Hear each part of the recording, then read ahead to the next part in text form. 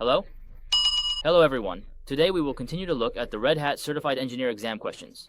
Next, let's look at the third question, D, which mainly involves installing software packages. In the second question, we have already configured the Yum repository. After configuring it, if there are no issues, we can proceed to the third question. In the third question, we mainly use our script to install and deploy two services, which are PHP and DB, the two. After setting up these two services, we will additionally deploy a software package group. This also needs to be installed. What needs attention here is that the requirements are different. It's not just about installing PHP and our database on all nodes and being done with it. It's not that simple. Here, it mainly includes, first of all, right? The first requirement is, starting from the name, everyone must pay attention. In our intermediate exam, a very important point is that the name of each of your files is very important. Yes, the name of each file is very important. Because during scoring, it ultimately verifies whether you are correct by executing your script, checking if your content is correct. So if you write the file name incorrectly, you won't get any points for that question. Yes, not a single point. So you must write it correctly here, and you must follow the requirements of the question. Because whatever the question requires, it will execute that file. If your file name is wrong, it won't find your file, and you won't get any points for that question. Therefore, for each question, you must write the file name correctly, absolutely correctly. After writing it correctly, the next requirement is for us. Install two software programs. Where should they be installed? Install them into 3 different groups, according to 3 different groups. The third requirement is to install this software package group into 1 group. The fourth requirement is to ensure that when you install this group, update its software packages to the latest version. But these are our 4 requirements. Firstly, this mainly involves in the script. How many modules are there? Mainly just 1 module is installation. Which is our sample installation, and the module involved here is 1, which is Yum installation. For these 3 requirements below, they actually use the exact same module. There is no difference, no difference. Of course, before you start, what can you do? You can use the Anthony.doc command to take a look. Take a look at the usage of this module. Check the basic usage of the module. Of course, it is best to recommend that everyone master all the usages here. If there's no issue, try not to check it unless you truly forget. Don't check the documentation unless necessary. How should I put it? There's no problem with it, right? What's written inside is correct, but its content and the requirements of the task are definitely not the same. If you forget something, don't write according to the document, because that would be meaningless. So, it's best if you completely memorize the usage of every question yourself, right? After memorizing this usage, firstly, you can adapt flexibly. Secondly, if any errors occur, you can troubleshoot them yourself to prevent such issues. Now, let's take a closer look. First, let's look at installing software packages. We can directly edit the file. After entering the file, we mainly divide it into what? Into 3 parts. Take a look. Our task requirements are, of course, this is not just for this question, but for all subsequent questions. If you see many requirements, don't rush. You need to first analyze these requirements into several tasks. You must analyze how many tasks these requirements represent. Because when we execute commands in the script, it's equivalent to a module, considered as a command. A module is considered a command, or a set of commands. Here we provide the requirements, and there are 3 requirements inside, right? How many commands are there for those 3 requirements? The first one is our software installation, right? Software installation. The second one is installing a software package group. And the third one is updating the software, right? These 3 are obviously different, right? And the targets are also different. So they definitely cannot be put together. These three requirements have no relation to each other at all. So what we have here are three tasks. So we can handle them separately here. So first, let's start by editing. We open this of ours. Command. Here we are already connected to the user on our control terminal. Next, the first thing we do is edit. Everyone should pay attention. Where are we now? We are currently in this directory. We are already in the directory under the user's directory in our Greg directory. So when editing here, how can you write it simply? You can directly write, edit the packages inside Ansible. After entering YML, the first thing,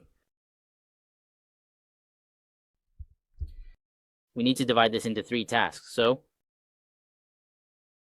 when writing them one by one, first, name here. As I mentioned before, you can define it yourself. Just write whatever you like. There are no requirements for this title.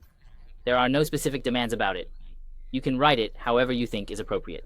This is where you can improvise or apply flexibility. As there are no requirements from the title, so you can write freely. It doesn't matter, but for the requirements of the task, you can't make any mistakes. You must follow the task requirements completely. For instance, with this name, if the task requires it, you must adhere to it. If there are no requirements, you can write it however you like. Then, the next one, the first is name. The second is host, which is our host. Either a host group or a host name is fine. If you want to set multiple hosts at the same time, you add a host group, If it's just one, then it's the host name.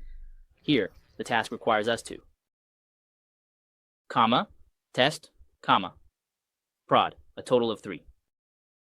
After including all three here, the next step is the third step is the task. Since our task involves several, there are a total of 3, right? 3 tasks. So here we start with the first task.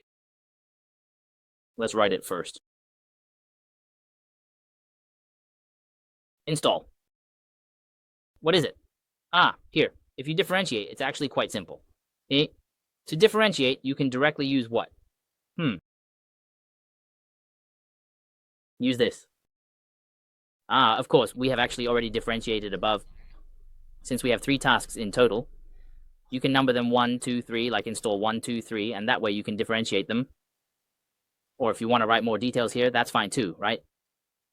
Installing the software package is no problem. You can just write a letter, like an I. It won't affect anything. So here, after we finish writing this name, then the next step is to add the name of the module. We need to add the module name. YAM module. After writing the module, the next step is to start the installation. For the installation, we actually include 2 software packages, including 2 software packages. Here we can directly use one. A variable will do. Using a variable can replace our software package.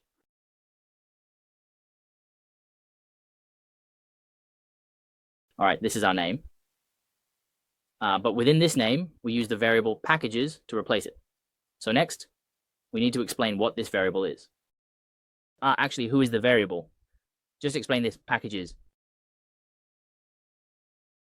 Explain the variable.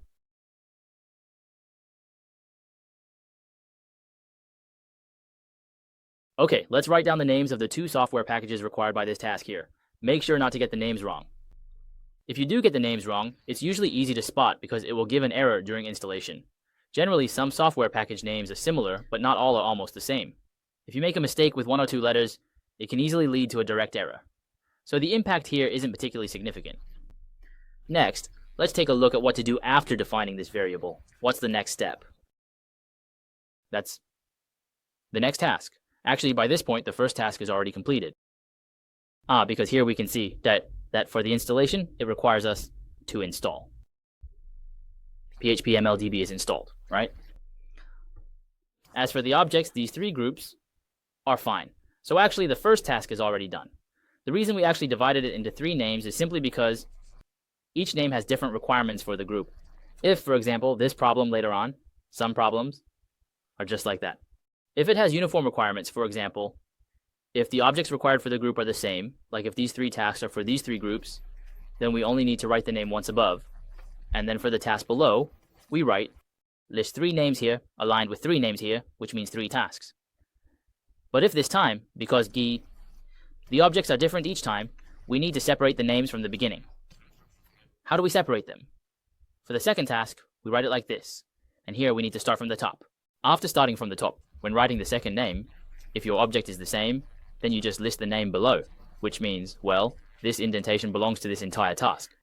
However, because our objects are different, we need to write them separately here. Writing them separately would be like this. Second, assign a number first, second. Since there aren't any obvious features here, we can just number them 1, 2, 3, like first installation, second installation, third installation, because what we're using here. The modules are the same, all 3 modules used are completely identical. That is, because the objects are different, as long as the objects are the same. Actually, this problem is quite simple, right? You could just write a single overall task. But here, because the objects are different, we need to, well, write it in 3 parts. For the second object, according to the requirements, it's the first position, with only one group, just one group, and then the task. Assign the task. What task? Let's specify the name here. The group is our software package group. Then next is the specific module name. Here everyone. When typing, there's no need to be overly cautious. You can just type it directly, right? After you quickly type it out once, you don't need to check it. You know? The advantage of this is that many scripts actually have this benefit, which is that after you finish, there's no need to check. We just press enter, and it will tell you where the mistake is. So there's no need to check. Checking during the process is actually a waste of time. You just look at the result after execution to see if it's correct, no problem. If an error occurs during execution, then you check the command you wrote. During this process, there's no need to write a line and then check a line, write a line and then check a line. It's too much of a waste of time because we have a lot of content. Our intermediate content is quite extensive, and if you check each line as you go, you might not have enough time, so here, it's best to finish typing everything at once, then press enter. If it executes, without errors, great, we just need to check the result. If there are errors, just troubleshoot them. Generally, errors are very obvious.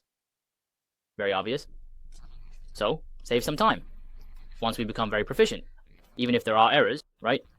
Usually, errors are just a matter of 1 or 2 words or letters, so troubleshooting them is not a big deal. Once you become proficient, as we've mentioned before, right, you can finish the beginner exam in about half an hour, and the intermediate exam takes about an hour if you're well practiced. So here, we just practice more, look more, and make more mistakes. Practicing more and making more mistakes is a good thing, especially for the intermediate exam. Actually, it's not that easy to make mistakes in the intermediate exam, because there aren't many commands. However, the intermediate exam involves scripts with very complex structures, and many of these structures are quite complicated. The content is also quite long, making it easy to make mistakes, which is normal. What happens after you make a mistake? It's okay, because the mistakes you make during practice are actually laying a solid foundation for you to pass in the future. If you don't make mistakes during practice, it's actually not a good thing. If you don't make mistakes during practice, and you make a mistake during the exam, you might not know how to troubleshoot it. You might not be able to troubleshoot at all. So what is essential here? You must type a lot. Type more. Actually, you don't need to check. Even if you type it wrong, it's okay. You can even intentionally type it wrong, right? You can see what the error looks like. And when you encounter it later, right, you know you made a mistake. So here, we also won't check.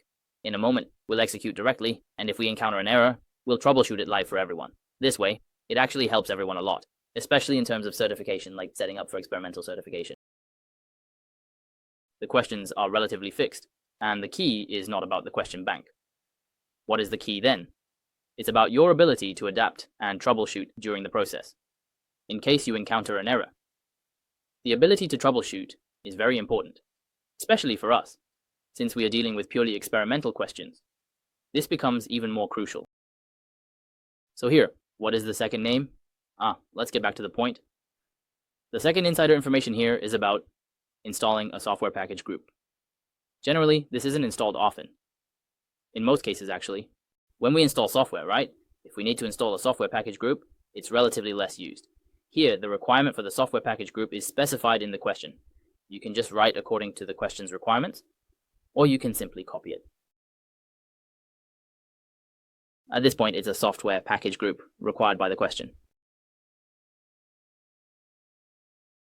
After we finish writing, there's one more thing. Okay, after finishing writing, we proceed next. State. For this state, it's probably best to use present.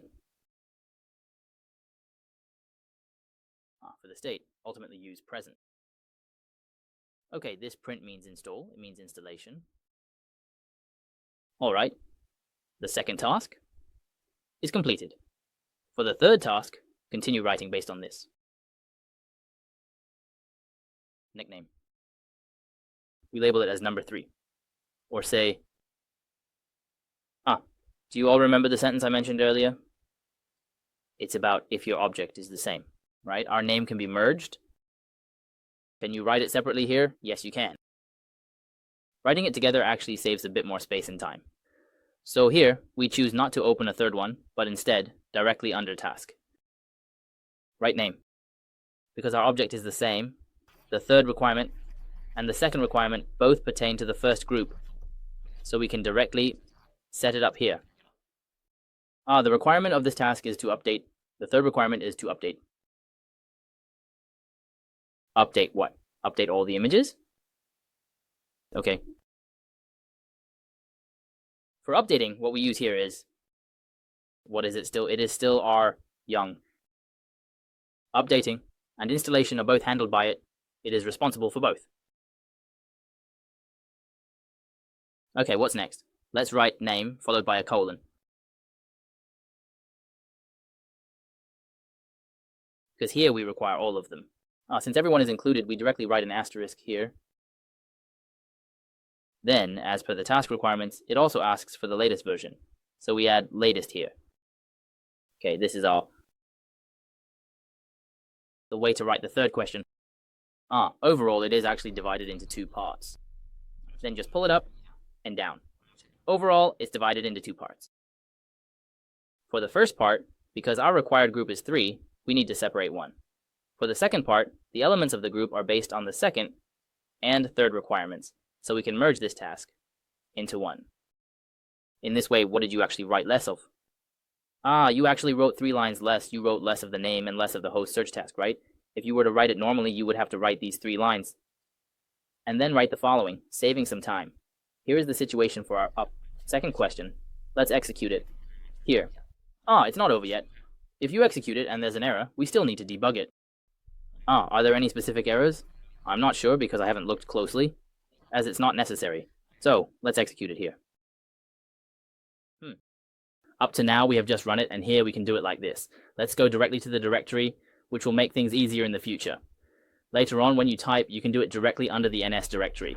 When you type the file name, you won't need to write such a long path. You just need to write a file name, and you can achieve this effect.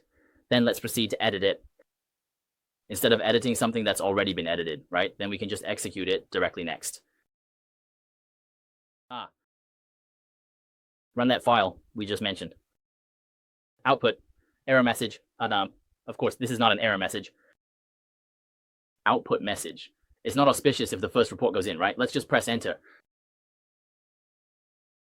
If there's an issue with the format, it will directly show an error.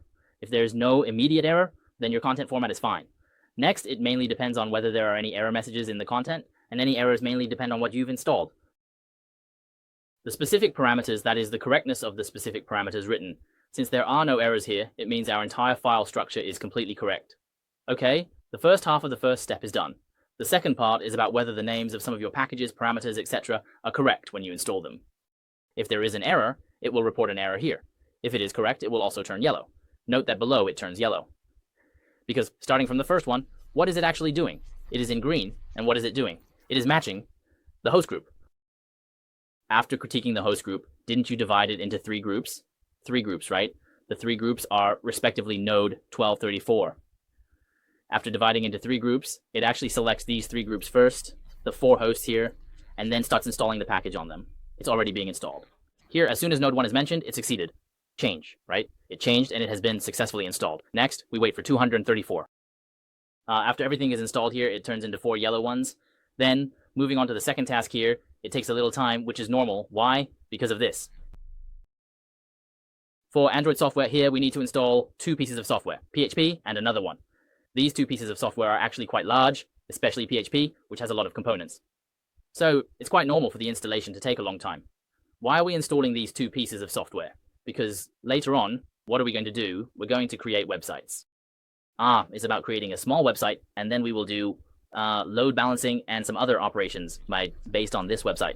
So for the second and third tasks, we will first install PHP, then install a database to support further operations. Now, Note 1, Note 4, and Note 2 are all completed, because there are quite a few software packages, which is normal. All right. Then next we will. The second part encountered an error. Take a look. The first installation was fine, but there was an issue with the second installation. What did it say? It said it couldn't find this. Package group. Why? Because we made a mistake. Did everyone see where it is? Here. Then here, we are editing our file. The U. Directory is wrong, right? Now there's no directory. You can just edit this file directly. Once inside, just delete the extra letters.